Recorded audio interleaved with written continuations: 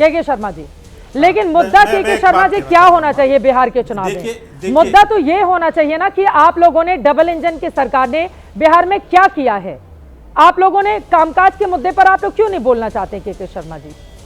पकड़ लेंगे कांग्रेस पार्टी का ट्वीट और फिर चाहेंगे उसी पर डिबेट। नहीं हम बात करते हैं। हाँ नहीं मुझे एक चीज बताइए ना, हम क्यों नहीं बात करना चाहते? हम तो जनता के बीच उसी को लेके जा रहे हैं, लेकिन विपक्ष क्या कर रहा है? या तो वो चुनाव आयोग को गाली बक रहा है, और या प्रधानमंत्री को मां बहन की गाली बक रहा है, या बिहारियों को मां बहन की गाली बक रहा है। यही तीन काम विपक्ष कर रहा है ना, तो वही तो मुद्दा बना रहा है। तो हम तो चर्चा करेंगे। विपक्ष न प्रधानमंत्री को और न बिहारियों को गाली दे रहा है, वोट चोरों को गाली दे रहा है। शर्मा जी, चित्रा जी कैसा आप डिबेट करा रही? नहीं बोलेंगे सूरज मंडल। हाँ सुन, आपको रोकना पड़ेगा। ये गांधी खानदान को खुश करने के लिए बयान दिए गए हैं, इस तरह के बैठ दिए। जानती हैं आप इसको? आपने अभी जगजीवन राम की बात कर, मैं केवल 2 उदाहरण देता हूँ, बीच की बात नहीं करूँगा। नेहरू जी ने राजेंद्र बाबू का कितना अपमान किया, ये पूरे इतिहास में लिखा भरा है। और सीताराम केसरी इसी बिहार से आते हैं। ये सोनिया गांधी के कार्यकाल में क्या हुआ सीताराम केसरी के साथ, जो बिहार के पुत्र थे, बिहार से आते थे, उनके साथ क्या किया इस गांधी खानदान ने, ये उसी के वो भी एक उदाहरण प्रस्तुत है।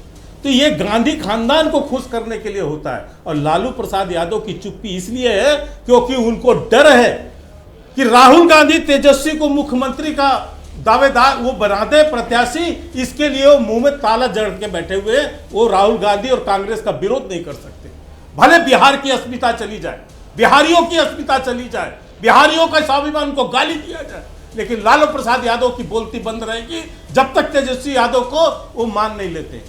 अरे सत्ता के लिए केवल जीतोगे नहीं मृत्युंजय जी, 5 बार जैसे चुनाव हारे हो ना, वैसे 6वीं बार भी हारोगे।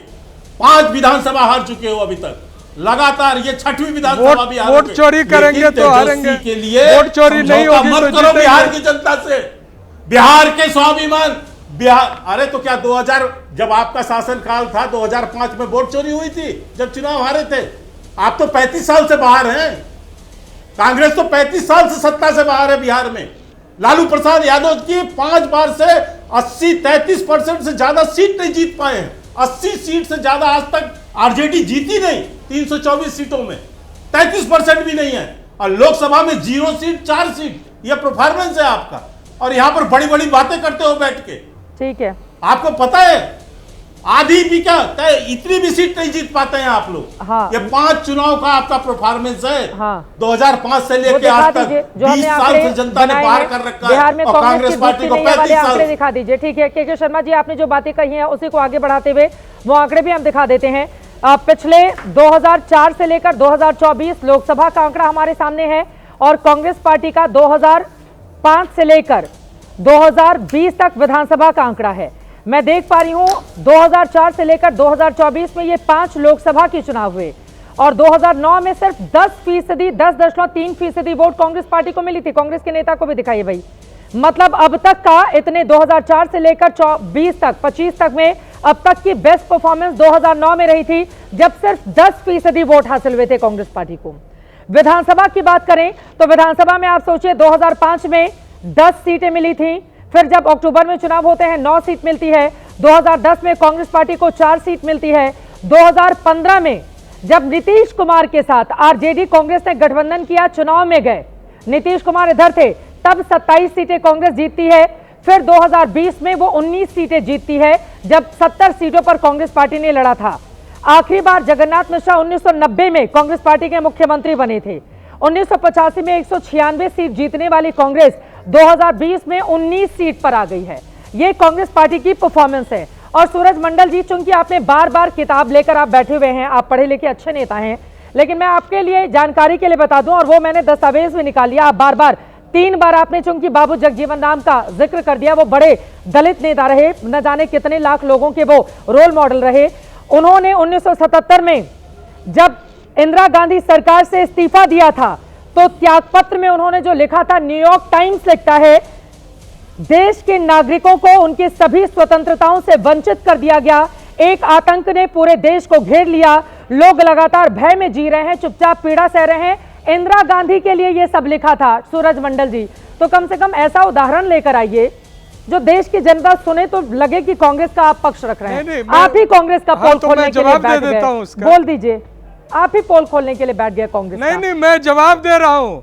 वही नहीं, सुन लीजिए, वही कांग्रेस, वही श्रीमती इंदिरा गांधी जब बेलची आई और बेलची के बाद जब वो लौटी दिल्ली तो पूरे देश में फिर से कांग्रेस पार्टी का ही शासन आया था। और वो जो बेलची में कांड हुआ था वो दलितों के साथ हुआ था, उसके पक्ष में वो आई थी। इसलिए आज भी जब राहुल गांधी की यात्रा हो रही है और इसके साथ तमाम महागठबंधन, तो ये डरे पड़े हुए हैं भारतीय जनता पार्टी और तमाम लोग कि इनकी सुपड़ा साफ होने वाली है। इसलिए ये पूरे ऐसे नॉन इश्यूज लेके आ रहे हैं जिनसे इस प्रदेश की जनता को कोई मतलब नहीं है। आपके लिए नॉन इशू हो सकता है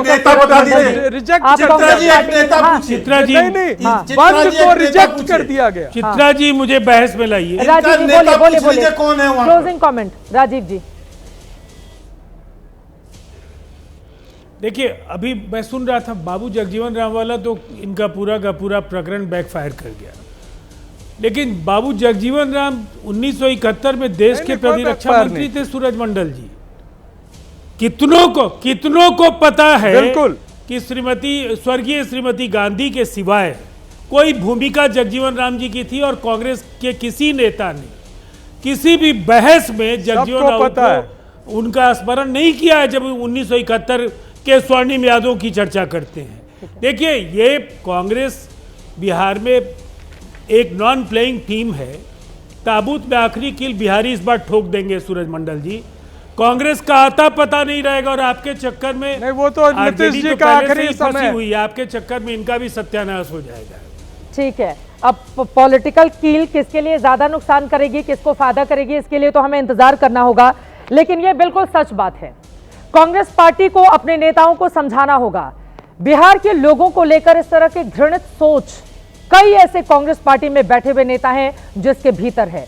मैंने आज पूरी की पूरी लिस्ट निकाली थी जिसमें बहुत बड़े बड़े नेता हैं, और हैरानी की बात तब होती है जब बिहार यात्रा में राहुल गांधी के साथ उस तरह के नेता शामिल होते हैं और बिहार की धरती पर जाकर बिहारियों को लेकर जो अपमानजनक शब्द उनकी ओर से कहे गए थे वो माफी तक नहीं मांगते हैं। कैसे मिलेंगे वोट कांग्रेस पार्टी को? और कांग्रेस के केरल कांग्रेस की ओर से जो ट्वीट करके बिहार के लोगों को कहा गया है कि बीड़ी और बिहार दोनों बी से शुरू होते हैं, अब इसे पाप नहीं माना जा सकता है, तो बी से बुद्धि भी होती है, और ऐसे लोगों की बुद्धि पर तरस आता है जो एक राज्य की तुलना बीड़ी से करते हैं। यह आपकी संकीर्ण, घृणित और गिरी हुई सोच का परिचायक है। इसी के साथ महादंगल में आज के लिए बस इतना ही। देश और दुनिया की तमाम खबरों के लिए आप देखते रहिए एबीपी न्यूज।